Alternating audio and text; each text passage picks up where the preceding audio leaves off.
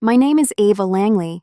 I used to sit at the edge of my bed and wonder what it would feel like to be wanted. It wasn't that they were cruel, not in the way that bruises showed or voices raised.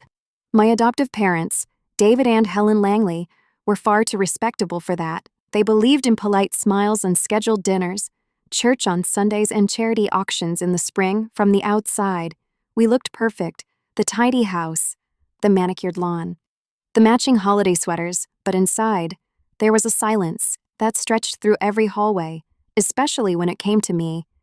They had a real daughter, my sister Emily, 2 years older and born to them after years of trying. I was the gift they brought home in between, a stopgap solution when they thought their prayers had gone unanswered. I didn't understand that at the time. I only knew that no matter what I did, I was always just slightly outside the circle. I could be quiet, obedient, even helpful, but I wasn't her.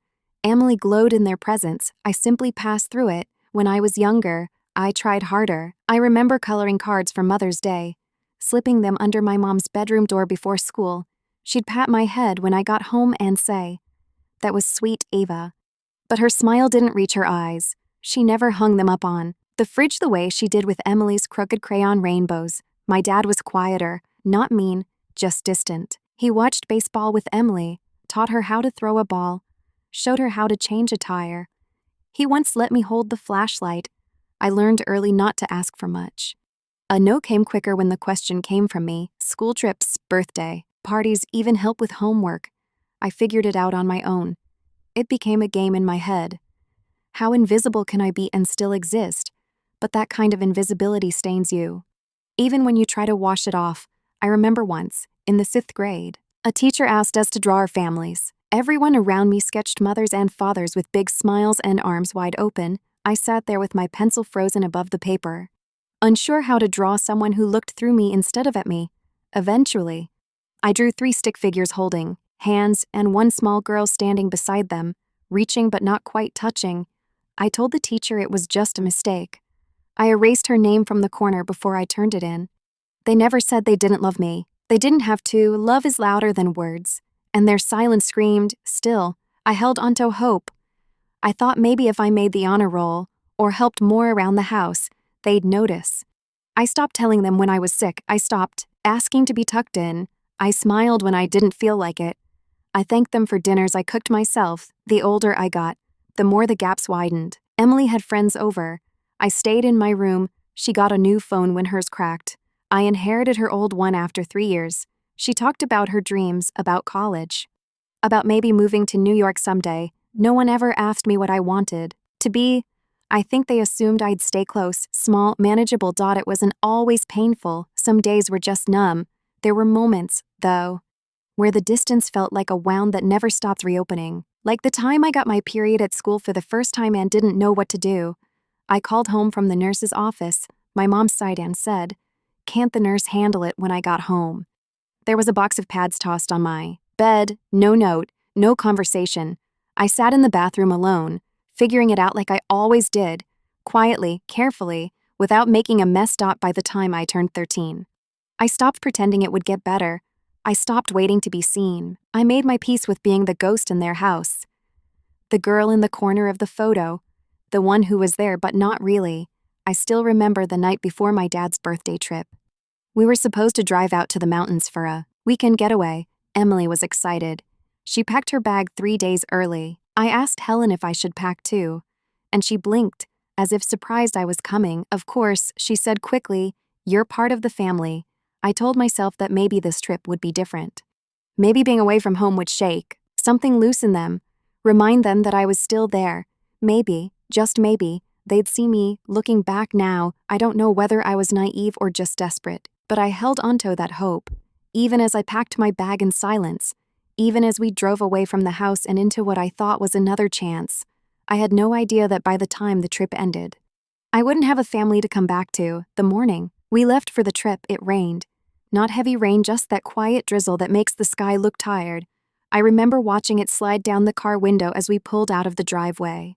Emily was in the front seat, humming along to some pop song on the radio. My mom was fussing with the GPS, and my dad was in one of his rare good moods, cracking the kind of dry jokes that only made him laugh. No one asked if I was excited. No one really spoke to me at all. I sat in the back, next to a cooler filled with sandwiches and soda cans, trying not to take up too much space. I had packed my book, a hoodie, and a hope I didn't want to admit to. A hope that maybe, somewhere between the mountain roads and gas station coffee, I'd be let in not just physically, but emotionally. Maybe we'd talk. Maybe they'd remember I was there. Maybe this time would be different. We drove for hours, past the city limits, through small towns where houses leaned a little too far, and gas stations stood like fading relics from some forgotten decade. The conversations in the front seat were light, full of inside jokes I wasn't part of. I watched the trees blur by, trying to pretend it didn't matter. I told myself that this was just what families were like. Not every child was the favorite. Maybe I was expecting too much. Around noon, we stopped at a gas station just outside a place called Willow Creek. It wasn't much, just a rickety building with peeling paint, a flickering open sign, and two dusty pumps. My dad pulled in, muttering something about needing to use the restroom and stretch his legs. Emily jumped out to grab snacks.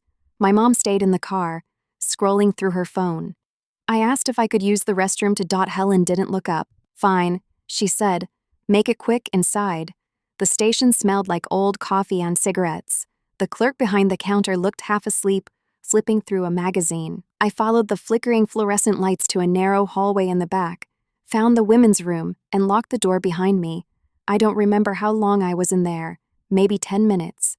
Maybe 15. I washed my hands, adjusted the hem of my sweatshirt, and looked at myself in the cracked mirror. My face looked pale, unsure, like someone caught between belonging and being forgotten.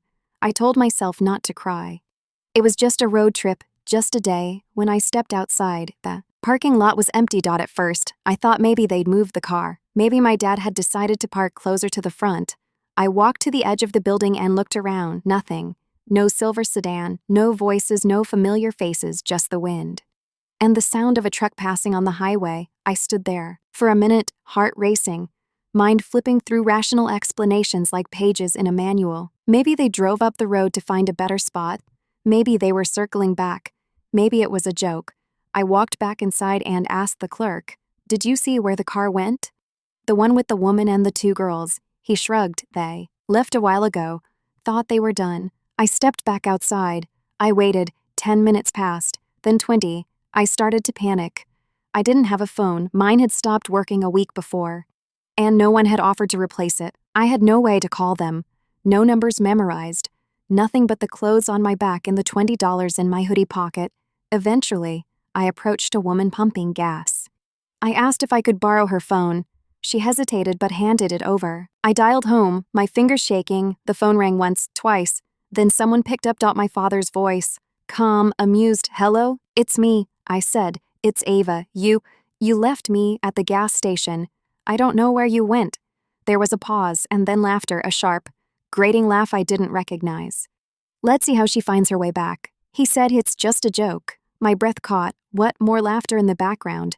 Emily's voice. My mother's, a blur of muffled amusement. "You'll be fine," he said. "You're always figuring things out, aren't you?" And then click, the line went dead. I stood there, still holding the phone. The world spinning around me. I handed it back to the woman without a word and walked to the curb. I sat down. My legs didn't feel steady. My mind couldn't make sense of what just happened. It was like the ground had given way, and I was free falling through something I couldn't name. I waited. I kept thinking they'd come back, that this joke would end, that they'd drive up laughing, open the door, and tell me to get in. But the sun began to set, and no one came. The night I spent outside that gas station was the longest night of my life. I stayed on the curb until the sky turned dark, the asphalt beneath me radiating the heat it had soaked up all day. Cars came and went, headlights sweeping past me like ghosts. A few people glanced my way, most didn't. I must have looked like I was waiting for someone, and for a while I was. Even after that phone call, even after the laughter and the click of the line, a part of me believed it couldn't be real. They wouldn't do that. Not really, not to a child, not to me. I was quiet, good, patient. I never broke rules, never talked back. I didn't deserve this. But the hours kept passing, and the road stayed empty. Every sound that echoed down the highway gave me a moment of hope. And then disappointment. The sky shifted from orange to violet to black. The air turned cold. I wrapped my arms around myself and waited. No one came. At some point, The clerk from the gas station came out and asked if I was okay. I lied. I said my parents were coming back from me, just running late. He nodded and walked away. I think he knew I was lying, but he didn't push. People don't like to get involved with things that make them uncomfortable. And nothing is more uncomfortable than a child who's been left behind. Eventually, I curled up behind the station near the dumpsters. It was the only place with any cover from the wind. I kept my hood up and held my backpack like it was a shield. I didn't sleep. I just watched the stars and tried not to cry aloud. The next morning, someone from a nearby shop saw me and called the police. They brought me to a local station, asked me questions I didn't know how to answer. I told them my name. I gave them our address. I repeated the story about the road trip. The gas station, the phone call. They nodded, scribbled things on clipboards, tried not to look at me too long. They called the Langley house. No one answered. Later that day, a woman from Child Protective Services came in. Her name was Trina. She had tired eyes and a soft voice, the kind people use when they know the truth but aren't ready to say it. She told me they were going to take me somewhere safe for now, and that they'd figure it out. Maybe it was a misunderstanding, she said gently, but I saw the look in her eyes when she thought I wasn't watching. She knew it was in single quotes they placed me in an emergency foster home that night. The woman who took me in was kind enough, but distant.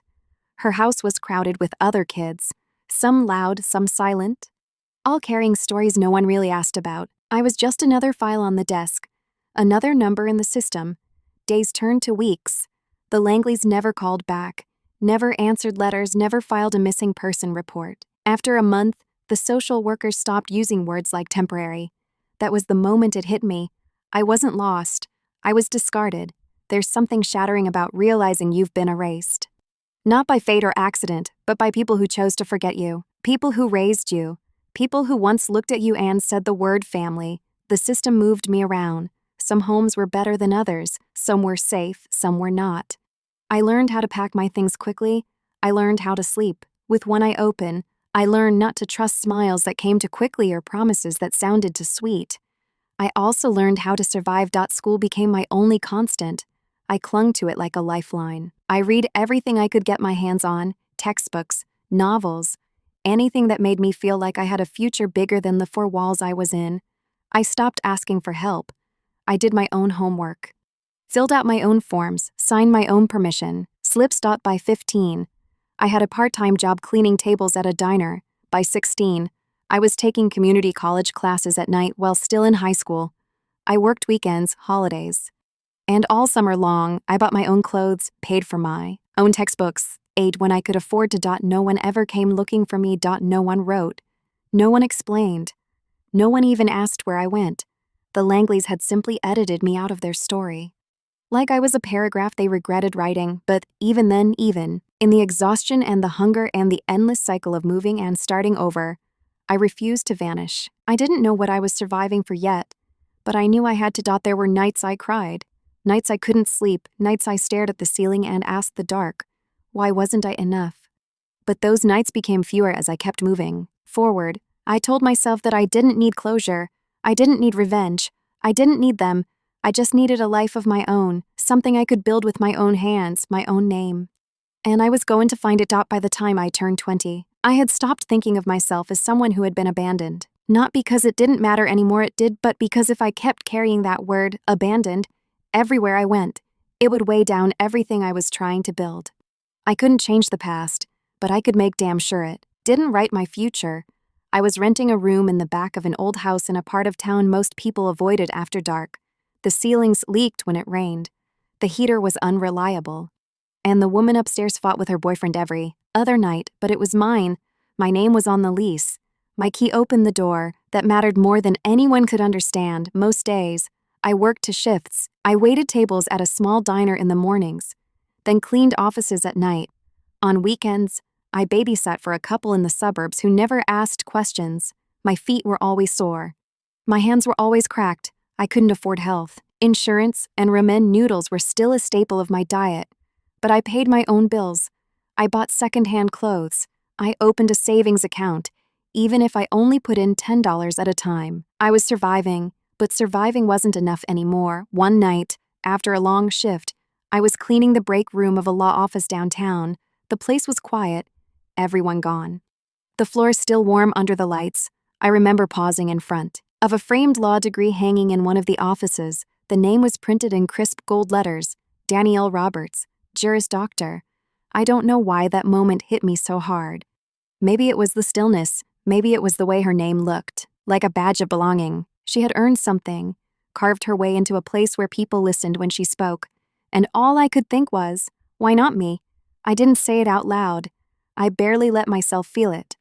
But the question clung to me like a second skin. The next week, I went to the local community college and picked up a brochure for their paralegal certification program. I read it cover to cover, then hid it under my mattress like it was something I wasn't supposed to want. I kept working, kept saving. I didn't tell anyone what I was thinking. Who would I tell? Eventually, I applied. The first semester nearly broke me. I was exhausted all the time, rushing from work to class, barely keeping up. I fell asleep with textbooks on my chest, sometimes still in my uniform. I missed meals, missed deadlines, missed parties I was never invited to. But every time I held a legal brief in my hands, something inside me clicked. The structure, the logic, the clarity. It was like a language I had always been waiting to speak. I didn't just want to learn the law. I wanted to wield it. I wanted to understand how people like the Langleys could erase someone and still keep everything. I wanted to know how documents could build or bury a person's existence. I didn't want revenge, I wanted fluency in the systems they used to silence me. When I finished the certification, I went further. I applied for law school. I didn't have a safety net, no family backing me, no trust fund or second chances. But I had grit, I had years of surviving, of hustling, of learning how to bend without breaking, and I had one other thing most people didn't. An unshakable fire in my chest that refused to go out. When the acceptance letter came, I sat on the edge of my bed, holding it like it might disappear. It wasn't a prestigious school, it wasn't a full ride, but it was mine. In class, I was quieter than most. I didn't join the cliques or attend the mixers. I didn't have the time or energy to pretend I belonged. But I studied like my life depended on it because it did. I spent weekends buried in case law and nights drafting mock briefs while my classmates went drinking. I learned how to argue, how to question, how to find the truth buried beneath half-spoken answers. Every paper I wrote, every exam I passed, every time a professor called me Ms. Langley without knowing the weight that name carried, I grew. I became someone, and somewhere along the way, I stopped asking why they left me, because I realized they didn't break me, they freed me. If they had kept me, I might have spent my whole life waiting to be enough, waiting for scraps of love, for nods of approval, for a seat at a table that was never built for me. Instead, they gave me a gift they never meant to give: distance. The space to become something without them. I wasn't their daughter anymore. I was something entirely my own. It started with a name on a piece of mail. I had just moved into a shared apartment with 2 other law students. It was small, noisy, and smelled like takeout and overcooked ambition. We rotated dish duty, argued over laundry times, and stayed up too late without lines and flashcards. It wasn't glamorous, but it was the closest thing to a home I'd had in years. One afternoon, while sorting through a stack of mail on the counter, I saw it, a thick envelope addressed to Mr. David Langley. It had been misdelivered, probably, meant for someone down the hall with a similar number. Still, for a second, I froze. Just seeing the name, written in that impersonal serif font, sent a ripple down my spine. I hadn't said their names out loud in years. I hadn't needed to. But something cracked open in me that day. Some sleeping part of my memory stirred. I stared at that name until the letters blurred. Then I slipped the envelope into the outbox for red livery and went back to my room. But I couldn't shake the feeling that something was unfinished. Up until then, I had spent years pretending the past didn't matter. I had built a life from scratch, laid brick after brick with calloused hands. I thought forgetting was the same as healing. But that envelope reminded me of a truth I hadn't wanted to face. I didn't know what had happened to them, and deep down, I needed to. That weekend, I stayed up late in the law library, combing through public records databases. At first, I told myself it was just curiosity, just a way to practice my research skills, but that was a lie. I needed answers. It was shockingly easy to find them. The Langleys still lived in the same house, the same one I'd memorized the address for when I was 8, same zip code, same square footage, It was all there in county records. I found property deeds, tax assessments, and utility bills. They hadn't moved, not even once. I sat there, staring at the screen, feeling my chest tighten. They hadn't run, they hadn't gone bankrupt. They just left me, and then went on living like nothing ever happened. They even still had the same landline number listed. I copied it down but didn't call. I wasn't sure what I would say or if I could speak it all. Over the next few weeks, I kept digging. It became a kind of obsession, my own private case file. I pulled records from the registrar's office. I traced bank accounts, tax liens, old business registrations. I learned that David had taken out a second mortgage 5 years ago, that Helen had been sued for credit card debt but settled out of court, that Emily had gotten married and divorced within 3 years. None of that surprised me, but one thing did. Buried deep in probate records, under the name Raymond Langley, was a will dated just 3 months before his death. Raymond Langley, David's father, had passed away during my second year of high school, long after they'd discarded me, and in that will, plain as day, was my name, to Ava Langley, whom I consider my grandchild in every way that matters. I leave the house at 200 for Greenbrier Lane and full executor rights to the family trust. I read that line 5 times. At first, I didn't believe it.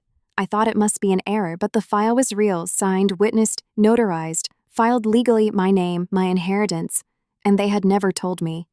The house they still lived in was legally mine. The trust they were using to maintain their lifestyle, the very lifestyle they'd tossed me out of, was under my control. If I had known earlier, I could have changed everything. But they had buried it, ignored it, pretended it didn't exist. The betrayal wasn't just emotional now. It was legal, tangible, documented. They had lied by omission, stolen by silence. They had spent 12 years living under a roof I had a rightful claim to: money, security, everything, while I scrubbed toilets and lived off rice and frozen vegetables. But this time, I wasn't powerless. I spent the next several months gathering every piece of evidence I would need to reclaim what was mine. I requested certified copies of the will, the trust documents, the probate filings. I took notes like I was preparing for a trial. In a way, this wasn't about revenge. It wasn't even about justice. It was about identity. They had written me out of their story. But here was proof in the most legal, binding form that I had always mattered, that someone saw me, believed in me, loved me in a way they never did. Raymond had seen me, and I would honor that.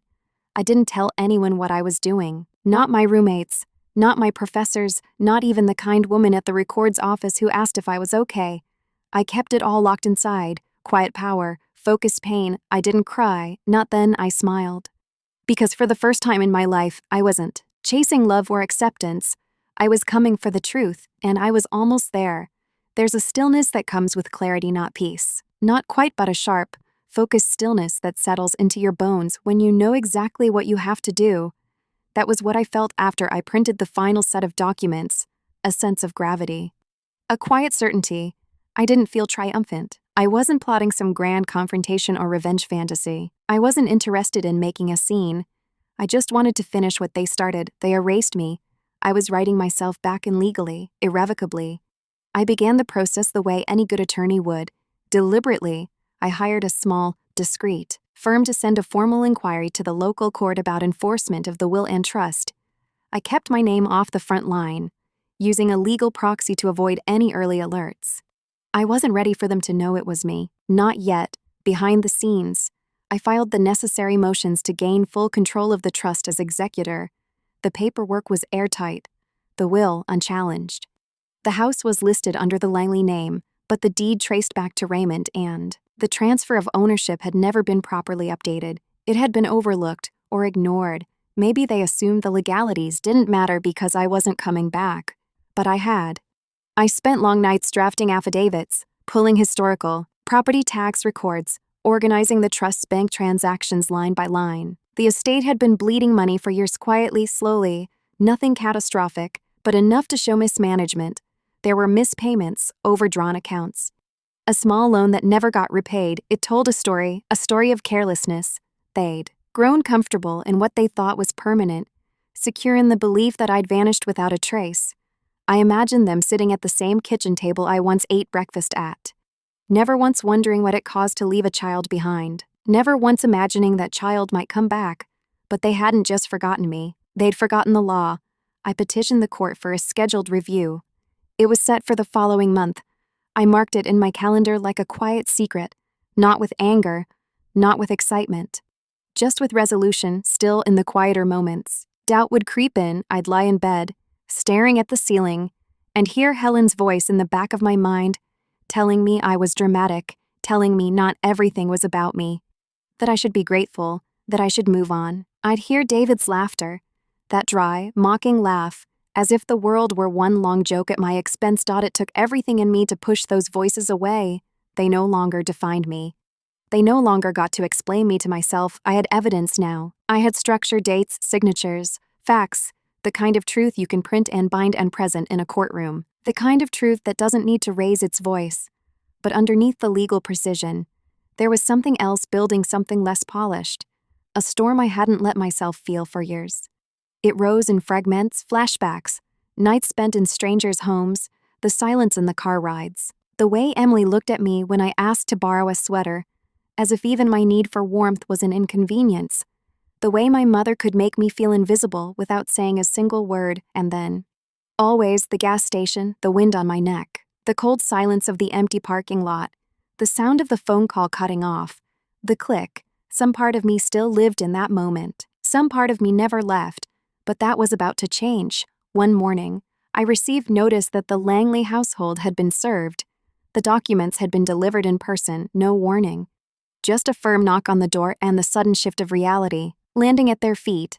I wasn't there to see it, but I imagined it clearly. Helen answering the door with a polite smile, taking the envelope without looking too closely, assuming it was something mundane. David peering over her shoulder, still in his slippers. Emily visiting with her son, pausing mid-sip of tea, and then the realization. My name, my claim, my signature. I imagined the silence that followed. The paper in Helen's hands, David's slow frown, Emily's sudden stillness. And I wondered, did they say my name out loud? Did they remember what they did? Did they know I was coming? It didn't matter. I wasn't doing this for their reaction. I was doing it because it was rightfully mine, not just the house. Not just the trust, but the story, my place in the lineage they tried to erase.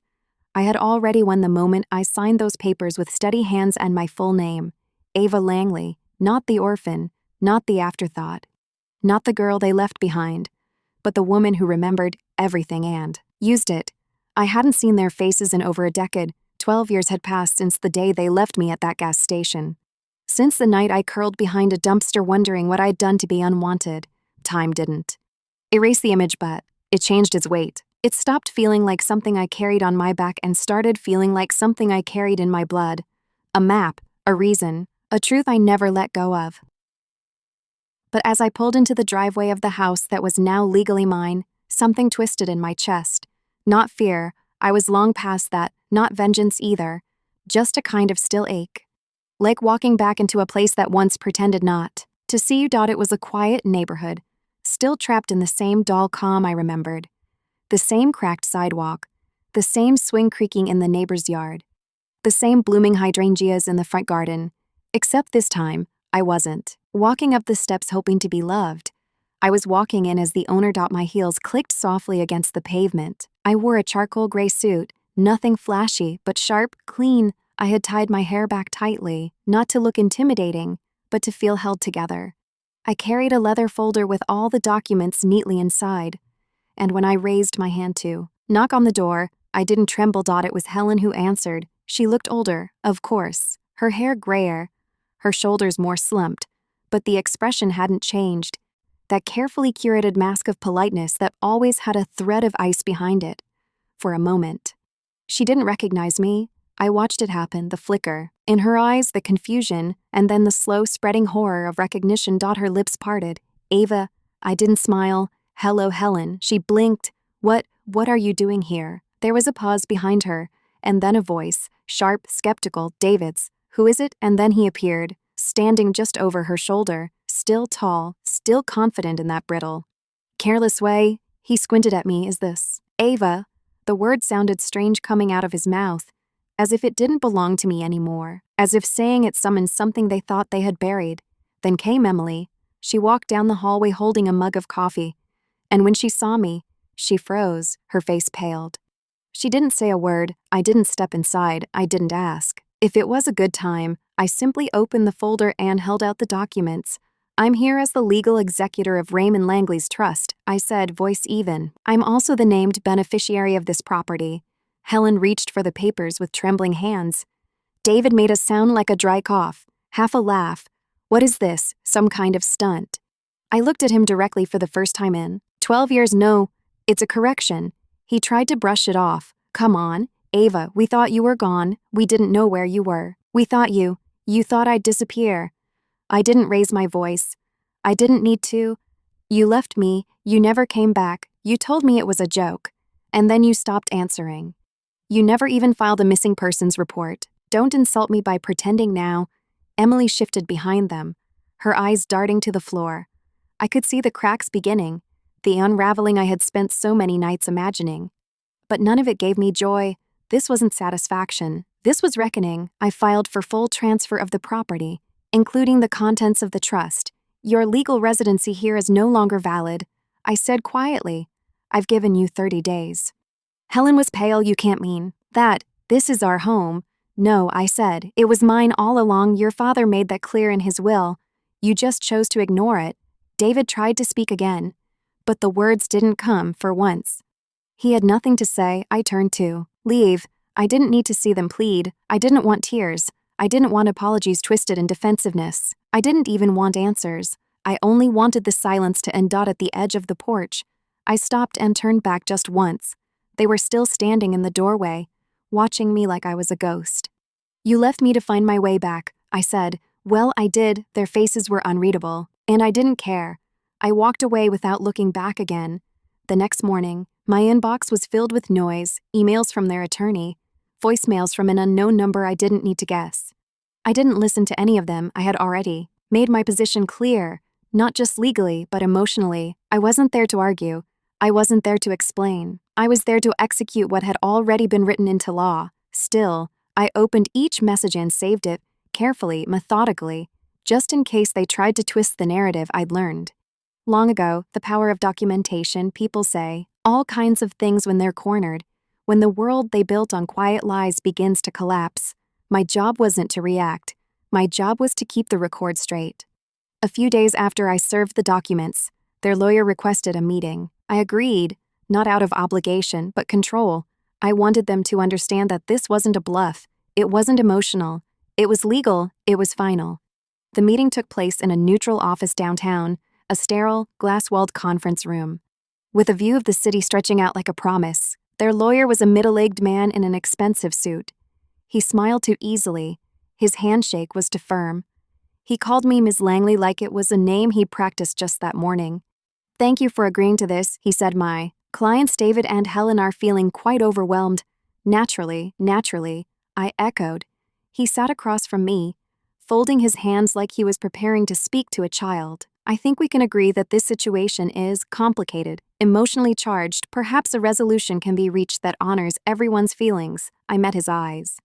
There's no ambiguity in the will, or in the trust, or in the property deed. This isn't a negotiation. He cleared his throat. They didn't know about the documents. They assumed I'd disappear, that no one would ever question it, that I was disposable. I leaned in, calm, clear, but I didn't disappear. I studied the law. I studied their law. I built my career on understanding people who think the rules only apply when they benefit them. And I promise you, every detail of this was done exactly by the book. He didn't interrupt, not because he agreed, but because he didn't have to. The law was on my side. Every signature, every date, every clause, my grandfather had named me as the rightful heir. And for 12 years, they lived like that page didn't exist. They left me behind, I said, my voice steady. Now I've returned, not to be part of their lives, but to close the chapter they refused to finish. There was a long pause. I see, he said finally. Then I'll advise my clients to vacate the property within the 30-day period. Good. He gathered his papers, but just before leaving, he looked back at me. Can I ask something? Why not just take the money, sell the house, walk away? It was a fair question, a logical one. But it showed he didn't understand any of this. This isn't about the house, I said. It's about being erased. It's about making sure they know that the girl they left at that gas station survived, and that she remembers. He nodded slowly, as if trying to read more from my face than I was giving, but I'd said what mattered. After the meeting, I walked out into the sunlight. The city buzzed around me. Busy and unbothered, I stood still for a moment, feeling the weight of it all, not as a burden, but as a presence, a full circle breath. I wasn't a victim anymore. I wasn't a forgotten child waiting for someone to care. I was a woman who had faced every door that was slammed in her face and found another way in. Later that week, I received confirmation that the court had finalized my claim. The house was officially transferred. The trust was now fully under my name.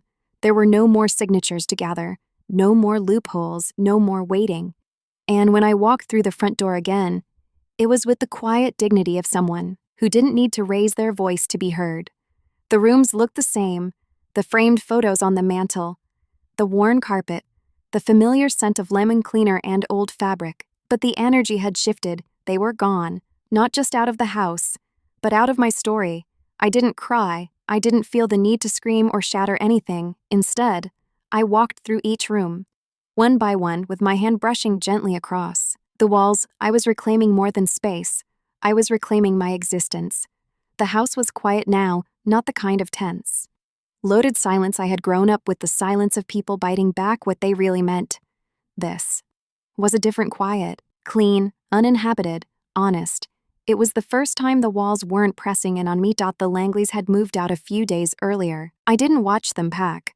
I didn't show up to see the truck in the driveway or Helen clutching boxes of heirlooms she never earned. I didn't need to. Their leaving wasn't the climax. It wasn't even interesting. It was just overdue. What mattered was that I walked into that house with a key in my hand and no one's permission in my mouth. Room by room, I stripped the place of its shadows. I pulled down the brittle, smiling family portraits and set them aside. I opened the windows and let the wind carry out what was left of them, the air stale from years of pretending. I donated the furniture, repainted the walls, tore out the carpet they had argued over for weeks one summer when I was 10. Well, I watched from the stairs and hoped someone would remember I was there. It didn't hurt the way I thought it might. There was no wave of sorrow, no sudden grief, just this calm realization. They were never really mine to grieve. I had spent so long mourning people who were still alive, people who had simply made a choice, and now, for the first time, I made one of my own. I didn't want to live there. I didn't want their kitchen or their bedroom or even the quiet backyard. I used to stare at through the window, imagining I could run far enough to find something better. I had already found something better me, but I also didn't want to sell the house. I wanted to change what it stood for. I converted the living room into a workspace. Where their old sofa once sat, I placed a desk.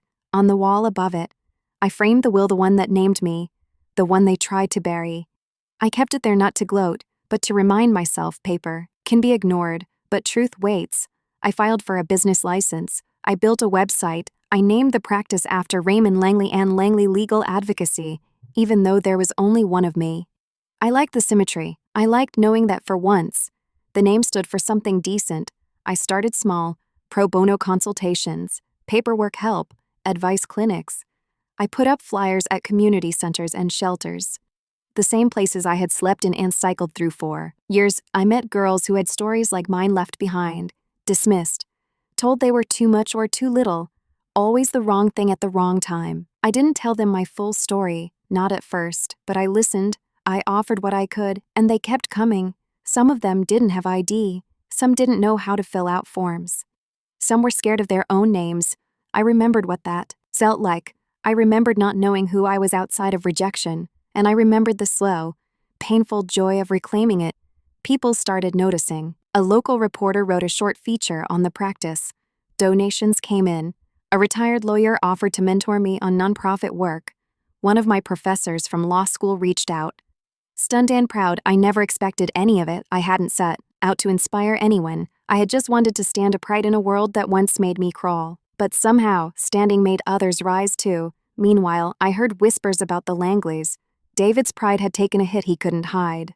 He told his friends some vague story about legal confusion, about technicalities. Helen had moved, and with a cousin temporarily. Emily had gone quiet on social media. Their pictures were still smiling, but something behind the eyes had faded. It didn't satisfy me. It didn't have to. Their downfall wasn't a spectacle. It wasn't even my concern. What mattered was that I had risen, not out of spite, not out of vengeance, but out of love for the girl they left behind, the girl who had no one, the girl who sat at that gas station and refused to disappear. She didn't just survive, she thrived. And every case I took, every voice I helped reclaim, every document I signed under the letterhead that bore my name, it all whispered the same thing back to me, again and again, louder each time: you were never disposable. There's something strange about returning to a place that once broke you, and finding that it no longer holds the power to do so. I had walked through every room of that house more times than I could count as a child, tiptoeing, shrinking, hoping to be seen, but now each step I took was mine. Not one of them remained, not a voice, not a shadow, not even a trace of their scent in the air.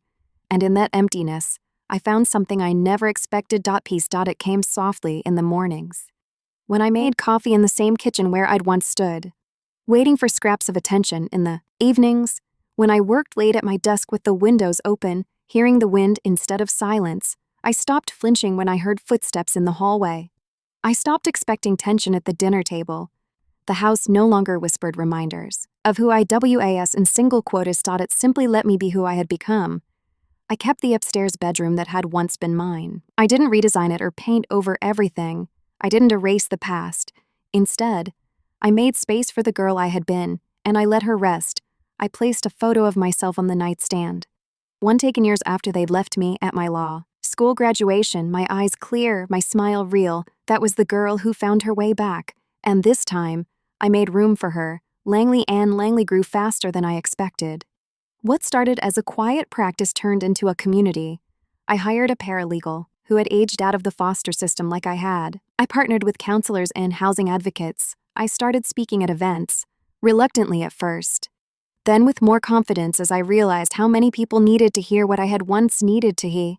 Myself, that their story wasn't over just because someone else stopped reading it, that survival wasn't shameful, that strength didn't always look like power, it often looked like persistence. And slowly, this house that once held silence and secrets began to fill with something else: laughter, conversation, hope. There were evenings when the office was filled with the quiet hum of printers and the buzz of coffee mugs against tabletops. There were moments when someone sat across from me, eyes full of worry, and left a little taller than they came in. That mattered more than anything the Langleys ever gave or denied me. Sometimes I thought about reaching out to them, not to forgive, not to mend, just to say it out loud, that I had made it, that I was more than the girl they abandoned. But every time I thought about it, I realized I didn't need to.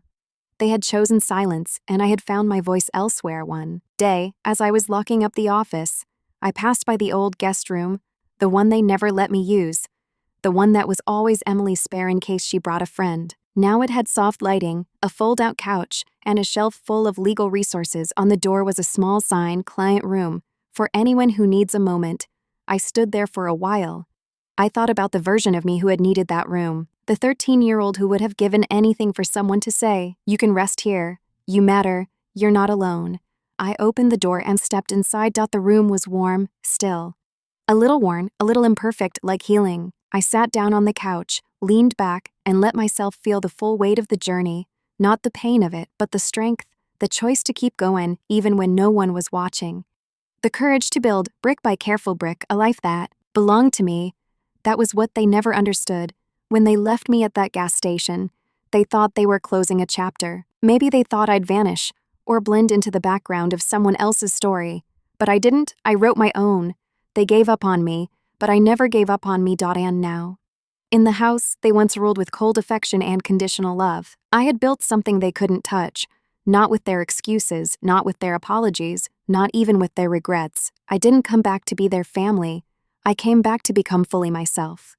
And I did not with fury, but with fire, not with noise, but with truth, not to hurt them, but to show the world, and that little girl still inside me, what happens when you're left behind, and you decide not to break but to rise.